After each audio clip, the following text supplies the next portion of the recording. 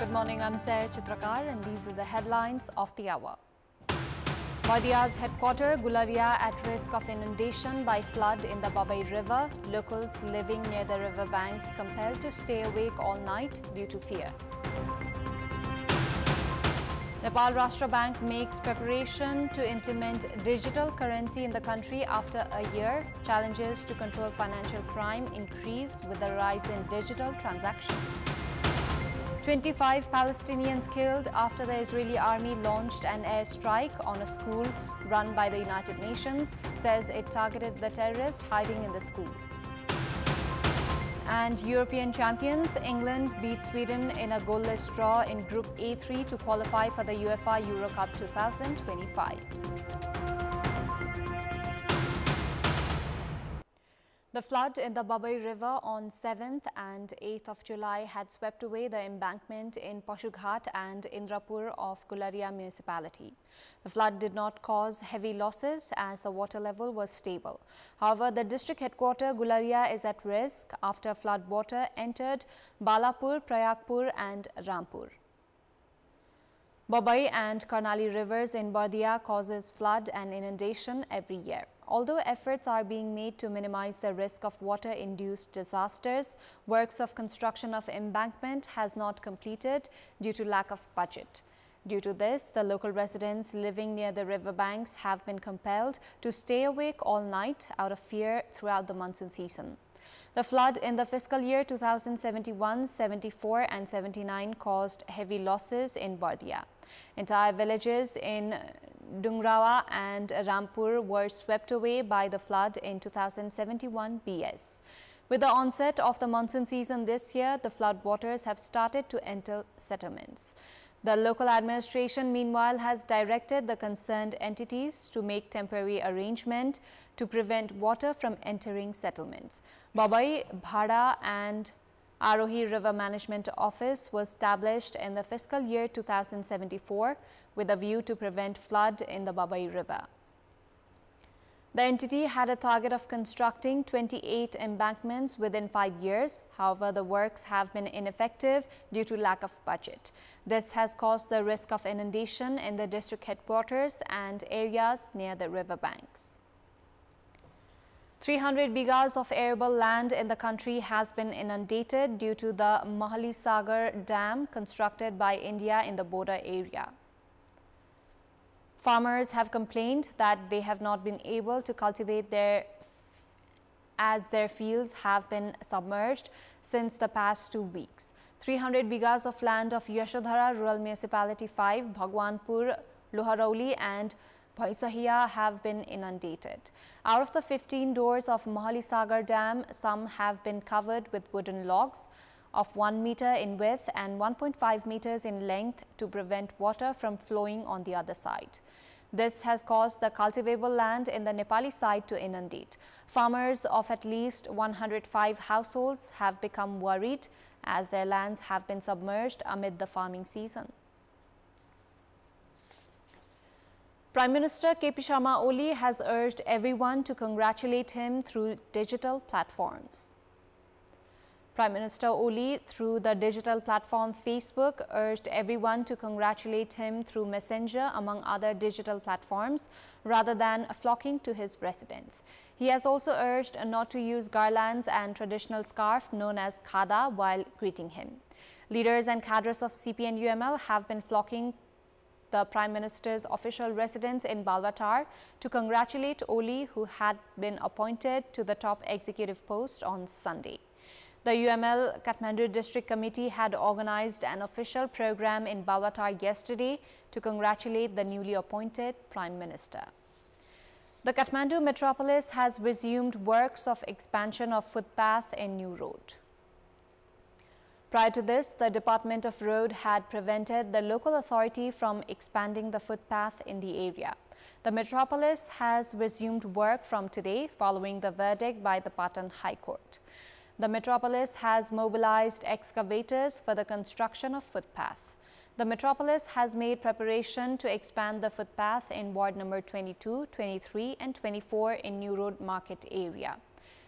The authority had filed a writ demanding to remove obstructions in expansion of the footpath, while the joint bench of judges Dhruva Raj Nanda and Prakash Kharel of Patan High Court had issued an interim order in favor of the metropolis. With the rise in the number of people who use mobile banking and a digital wallet among other online payment systems, the need to invest to strengthen security and infrastructures has also increased. Digital transactions have been on the rise with the expansion of smartphones and internet. The transaction through QR code, which was limited to 580 million rupees prior to the COVID pandemic, rose to 5.3 billion rupees within 11 months of last year. Meanwhile, banking and financial institutions as well as the government has been unable to make required investment in infrastructures to prevent financial crimes.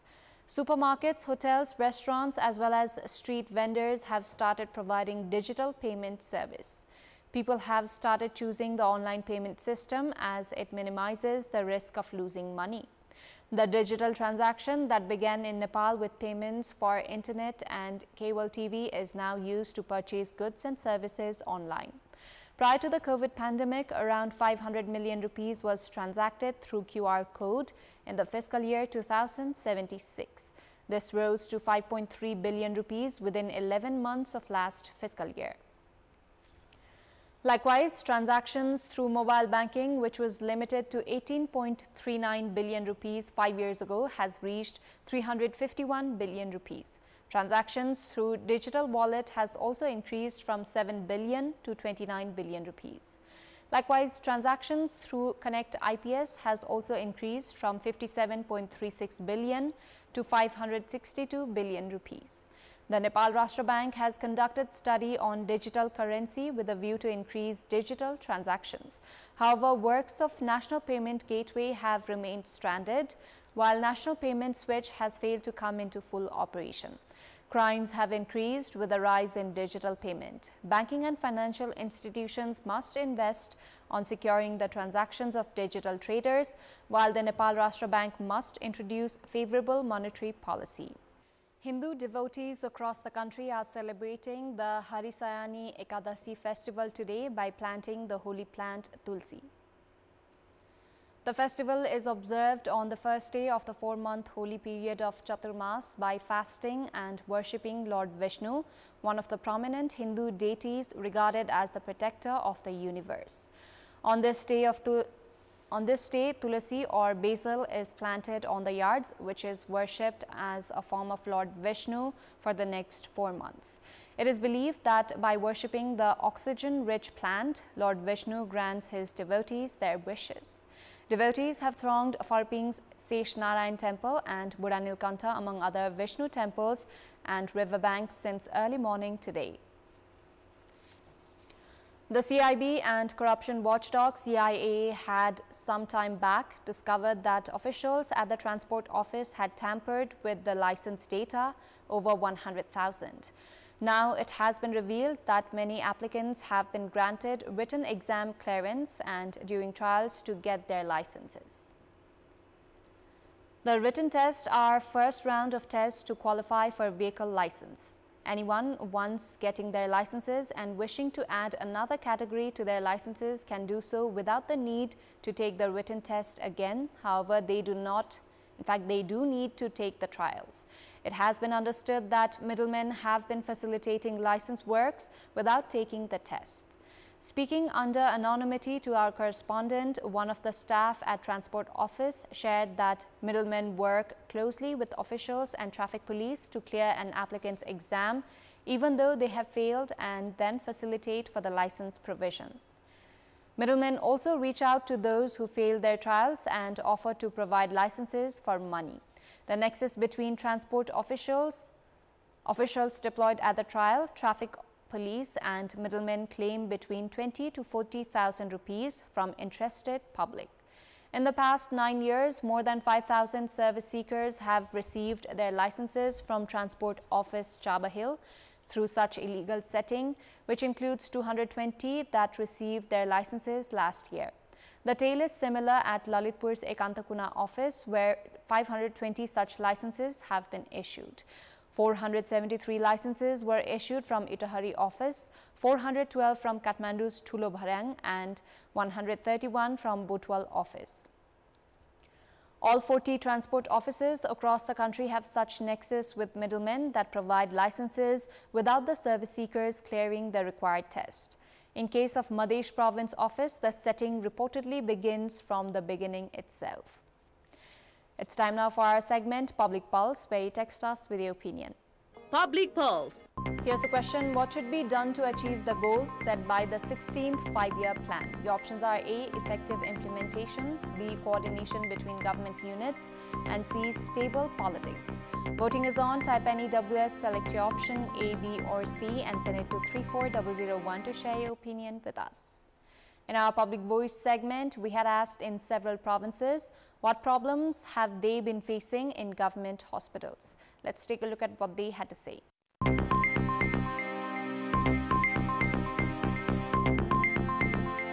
दवाई दिँदैन भन्छन् जे 5 घण्टा time लाग्छ doctor भेट्नको लागि पनि हामी line बस्नु पर्छ अनि बुढाखाडा जानु भयो भने झनै गाह्रो छ बिहान गएका मान्छेहरू साँझ 4 बजे 3 बजेतिर रिपोर्ट आउने बेला घर फर्किन एकदम ढिला हुने त्यस्तो समस्याहरू चाहिँ हुन्छ उपचार तुरुन्त हुँदैन फेरि फर्केर आयो फेरि गयो वृद्ध अपाङ्ग असहायहरूको लागि चाहिँ अलि व्यवस्था छैन 10 बजे म आए सर अनि 10:30 सम्म पुर्जी काटे 11 बजेसम्म डाक्टर कहाँ गए अनि 11 बजेदेखि अहिलेसम्म लाइनमा लागेकी छु धेरै लामो लाइन हुन्छ डाक्टरहरूले जो आफ्ना नजिकका छन् जुन आफ्ना आसेपासे साथीहरू चिनेकालाई चाहिँ अगाडि त्यो लाइनभन्दा अगाडि तानेर अगाडि सेवा दिने अनि सोझा सर्वसाधारण जनताले चाहिँ भनेको टाइममा उपचार नपाउने 5 सेकेन्डमा चेक गरेर अनि भन्दैछ रे सब ठीक भइहाल्छ खाली सिग्नेचर गरेर नि छोड दिइराछ काउन्टरमा थोरै समस्या हो ढिला भयो जस्तो लाग्छ एउटा औषधि लिनलाई 2 दिन बस्नु पर्ने अब एकचोटि गरी उठ्ने गरेर बस्यो अब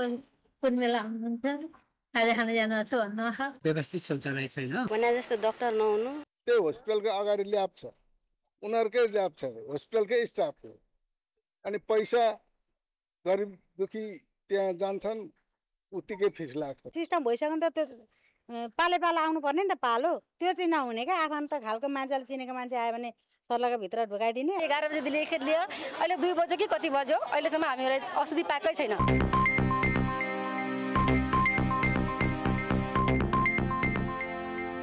Time now for international update.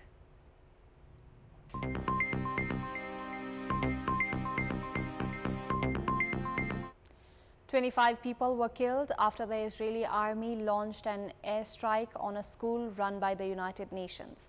Palestinian health officials have reported that many people were injured in the airstrike. Displaced families are taking refuge in a school run by the United Nations. The Israeli army carried out an airstrike at the same place. The Israeli army issued a statement saying it targeted the terrorists hiding in the school run by the United Nations and the UNRWA in consideration of the civilians. The Israeli Defense Force is said to be studying the civilian injuries. 57 Palestinians were killed in yesterday's airstrikes by Israeli forces in southern and central Gaza. The Israeli army clashed with Hamas-led fighters in many areas of Gaza. The Palestinian Islamist militant group Hamas has accused Israel of intensifying attacks on Gaza to thwart efforts by Arab mediators and the United States to reach a ceasefire deal. Meanwhile, Israel has said that it is trying to root out Hamas fighters. The Israeli military said it targeted a senior fighter of the Islamic Jihad group, a Hamas ally. The Israeli army has attacked and destroyed about 70% of the schools run by the UNRWA, and about 539 refugees who took refuge there have died within the past 9 months. At least 5 people have been killed amid violent protests in Bangladesh. Armed cadres and activists of Bangladesh's ruling Awami League, along with its associated student wings, took to the streets nationwide yesterday to counter protesters demanding the removal of the quota system in government jobs. Violence had erupted on Monday night across the country. The cadres labeled the protesters as traitors, while confrontations were reported in multiple locations in Dhaka. Protests have intensified after Prime Minister Sheikh Hasina refused to meet the students' demands, citing ongoing court proceedings. Since Sunday, her party supporters have gathered and confronted the demonstrators who had blocked major thoroughfares in Dhaka, demanding a revision of the government job quota system. This is the first significant protest against Hasina's government since she won a fourth straight term in January. The protesters are angry over public sector job quotas, including a 30% quota for family members of freedom fighters from the 1971 War of Independence amid high youth unemployment. At least 23 people were killed and 13 injured in Peru yesterday after a bus crashed while traveling through a mountainous area. The country's Interior Ministry confirmed about the incident through social media. Johnny Rolando Valderrama, head of the Highway Protection Division, said that the bus skidded off a highway in Peru's Andean Ayacucho region at dusk, overturning and plummeting down a slope of about 200 meters. Valderrama said the accident occurred on the Los Libertadores highway in Ayacucho in the south-central Andes and that rescue work was ongoing. Peru's ground transportation superintendent said in a statement the bus belonged to local company Turismo Molina Union SAC and that it had initiated an investigation.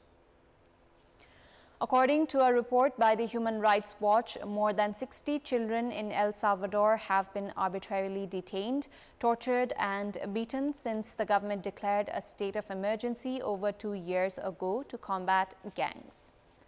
Police and soldiers have detained 3,319 children and teenagers from March 2022 to April this year, the time from when the state of emergency was introduced, and suspended certain civil rights to the start of mass trials, according to the New York-based rights group. The Salvadoran government did not immediately respond to a request for comment, but has previously said torture does not take place in its prisons. The group documented 66 cases of minors subjected to arbitrary detention, torture, and police harassment, warning that arrests appear to be based on physical appearance and socioeconomic conditions rather than credible evidence. Over 80,500 people have been arrested under the state of emergency, which has managed to drastically reduce the number of homicides, making the small Central American country one of the safest in the Americas and earning President Nayib Bukele strong popular support. Last week, a local rights group, Cristosal, said at least 265 people have died in state custody, including 4 babies. That's all for the moment. Thank you for watching. Good day.